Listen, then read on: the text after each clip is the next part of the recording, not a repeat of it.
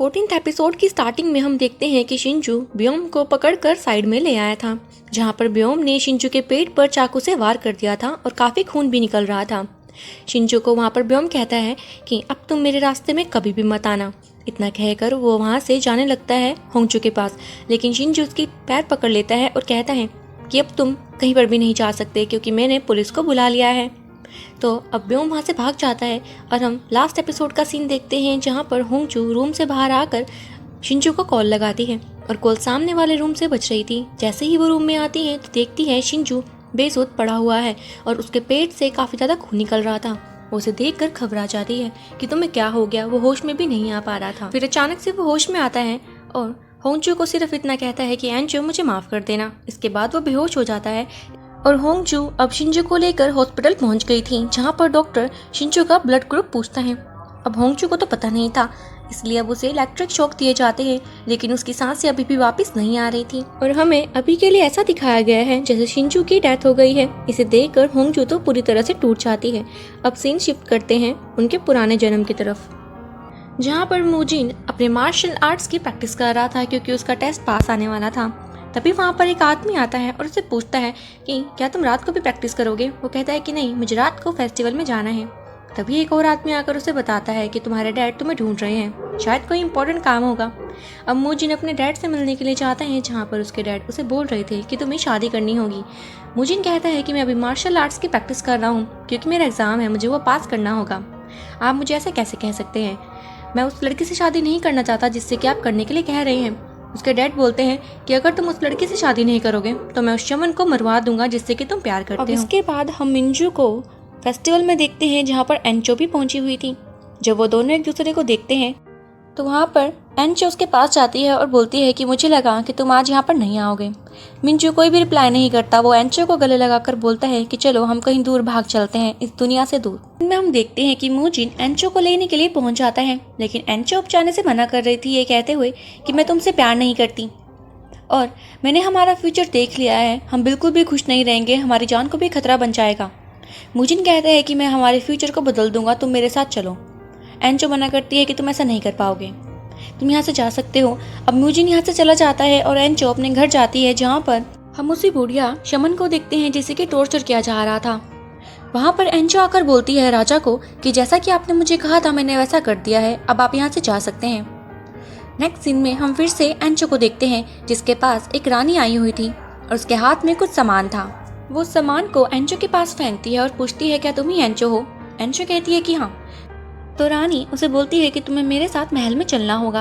अब वो दोनों महल में पहुंच जाते हैं, जहाँ पर रानी एंचो से एक किताब को फेंकते हुए पूछती है क्या ये किताब तुम ही ने लिखी है, जिस पर एंचो हाँ करती है। तो रानी कहती है कि तभी ये काम नहीं कर रही है क्योंकि इसमें जो मंत्र है वो तुम ही स्पेल कर सकती हो। तुम्हें मेरे लिए एक प्रेगनेंसी का मंत्र पढ़ना होगा क्योंकि मुझे बच्चा चाहिए है और ये बात यहाँ से बाहर नहीं जानी चाहिए। एंचो कहती है कि मुझे इस मंत्र के लिए कुछ सामान लेना होगा, जिसके लिए मुझे बाजार जाना होगा। तो वो छुपते छुपाते बाजार को जाती है, जहाँ पर मूजिन उसे वहाँ पर देख लेता है। उसका पीछा करते हुए जाता है।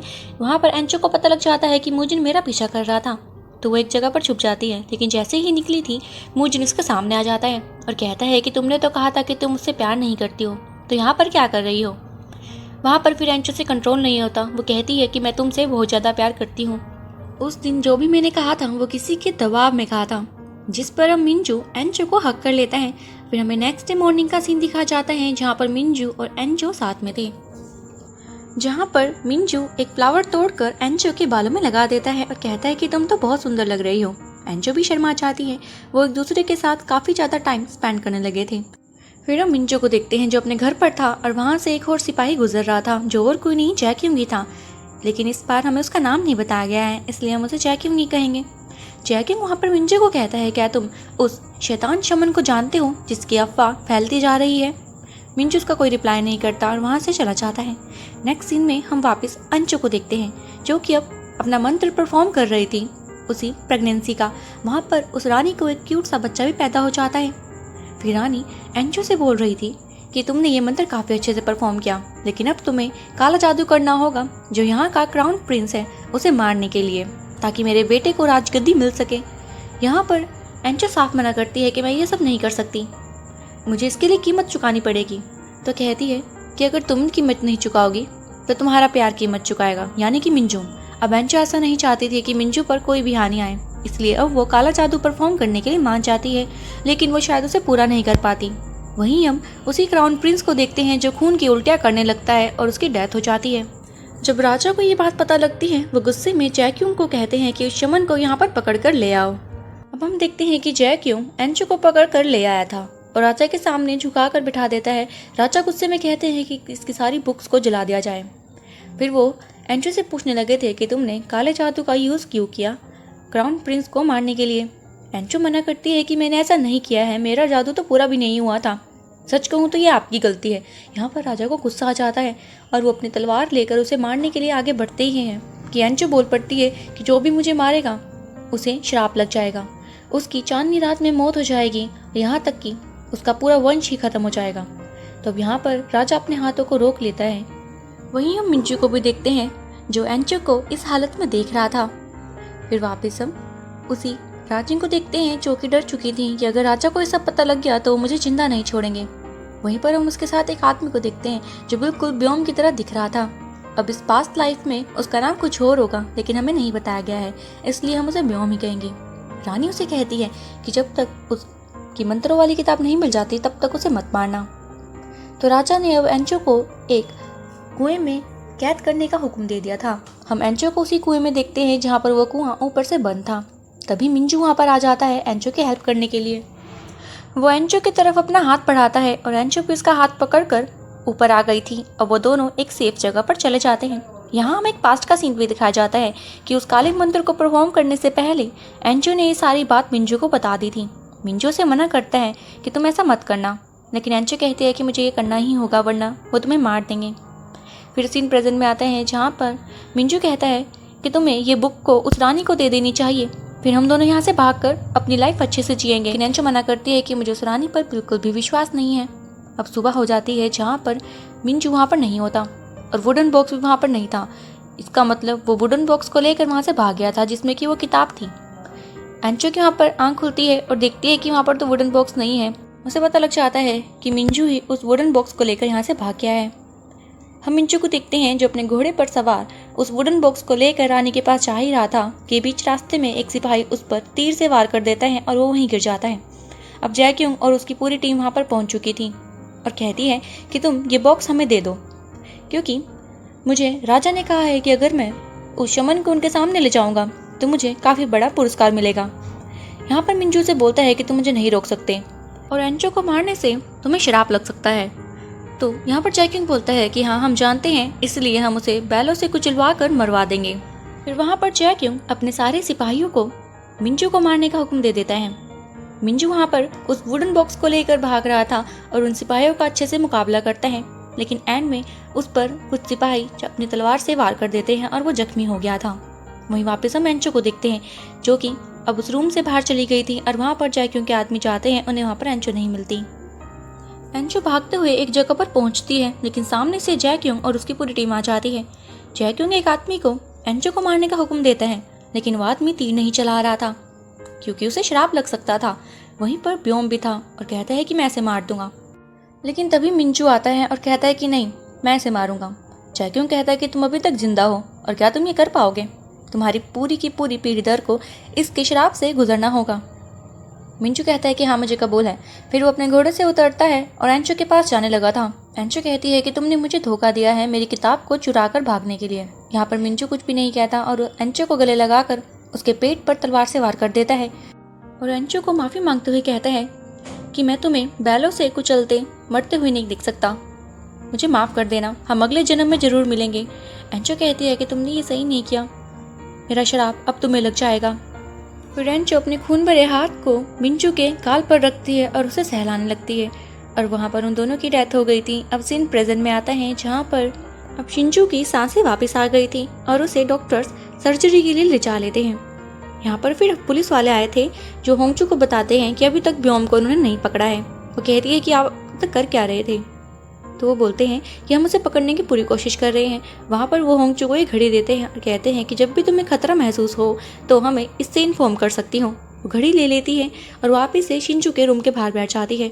तभी वहाँ पर शिंजू के पेरेंट्स आ जाते हैं और उससे पूछते हैं क्या तुम ही शिंजू की गर्लफ्रेंड हो। ये सब कैसे हो गया शिंजू के साथ।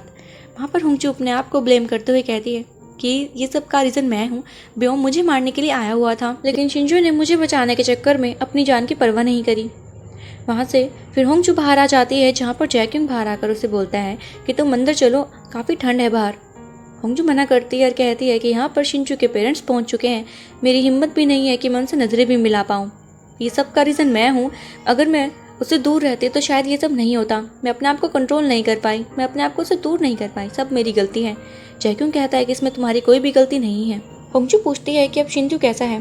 जैक्यूंग बताता है कि सर्जरी सक्सेसफुल हो गई है, तुम्हें मेरे साथ घर चलना चाहिए। अब इसके बाद हम मेयर को देखते हैं, जो यूना के साथ था और उसे डांट रहा था कि क्या ये सब तुम्हारे कारण हुआ है, क्योंकि तुम ब्योम को जानती थी। यूना कहती है कि मुझे नहीं पता था कि वो इतना घटिया इंसान निकलेगा, मैं तो शिंजू को प्यार करती हूँ, भला मैं ऐसा कैसे करूँगी। मेयर कहते हैं कि तुम ऐसा कर सकती हो क्योंकि शिंजू ने अपनी नई गर्लफ्रेंड बना ली थी, वो तुम्हें छोड़ चुका था, इसलिए तुमने ये सब किया है। यूना कहती है कि ऐसा बिल्कुल भी नहीं है। फिर हम होंगजू को देखते हैं, जो अपना सामान पैक करके कहीं जा रही थी। जैक्यूंग कहता है कि तुम्हारा यहाँ से जाना बिल्कुल भी सेफ नहीं होगा, तुम्हें घर पर ही रहना चाहिए, तुम्हारी जान को अभी भी खतरा बना हुआ है। और शिंजू का क्या होगा जब उसे होश आएगा और तुम्हारे बारे में पूछेगा। तुम यहाँ पर रहोगी तो वो जल्दी से रिकवर कर पाएगा। यहाँ पर होंगजू कहती है कि ऐसा नहीं होगा, मैं अगर उसके साथ रही तो ब्योम उसे फिर से मारने के लिए आएगा, इसीलिए मैं लैंडलॉर्ड के पास जा रही हूँ कुछ दिन के लिए। तुम मुझे शिंजू की पल पल की खबर देते रहना। फिर हम हॉस्पिटल में देखते हैं, जहाँ पर शिंजू को होश आ गया था और वहाँ पर शियोन को गुस्सा आ रहा था कि उसकी गर्लफ्रेंड पहले तो यहीं थी, लेकिन अब उसे देखने के लिए भी नहीं आई। शिंजू वहाँ पर होंगजू के बारे में पूछता है क्या वो ठीक है। शियोन उसे कहता है कि तुम उसकी बात मत करो, वो अपने मरते हुए बीएफ को यहाँ पर देखने के लिए भी नहीं आ रही है, उसे तुम्हारी बिल्कुल भी परवाह नहीं है। अगर वो तुम्हारे साथ नहीं होती तो तुम्हारी आज ये हालत नहीं होती। अब शिंजू उन्हें चुप होने के लिए कहता है। वहीं हम होंगजू को देखते हैं, जो अपने गाँव पहुँच चुकी थी। वहाँ पर वो मैसेज रीड करती है, जहाँ पर जैक्यूंग ने उसे वॉइस मैसेज किया था कि शिंजू अब पहले से ठीक है और खाना खाने भी लगा है। दूसरा मैसेज शिंजू का था, जो कह रहा था कि तुम अपने कायर बीएफ को छोड़कर कहाँ चली गई हो, मुझे तुम्हारी याद आ रही है, मैं तुम्हारे साथ रहना चाहता हूँ, जल्दी से मुझसे मिलने के लिए आ जाओ। वहाँ पर होंगजू बाहर जाती है, जहाँ पर लैंडलॉर्ड उसके साथ बैठी हुई थी। होंगजू कहती है कि आपको मेरे साथ रहने में डर नहीं लगता कि वो आदमी आकर आपको भी हानि पहुँचा देगा। तो लैंडलॉर्ड कहती है कि तुम्हारी मॉम और मैं बहनों जैसी थी, इसका मतलब तुम भी मेरी बेटी हुई, और अगर वो आदमी यहाँ पर आया तो मैं अपना ट्रैक्टर उसके ऊपर चढ़ा दूंगी। इस बात पर होंगजू भी काफ़ी तेज हंसती है। फिर हम शिंजू को देखते हैं, जो पहले से काफ़ी ठीक था और अपने पैरों पर चलने भी लगा था।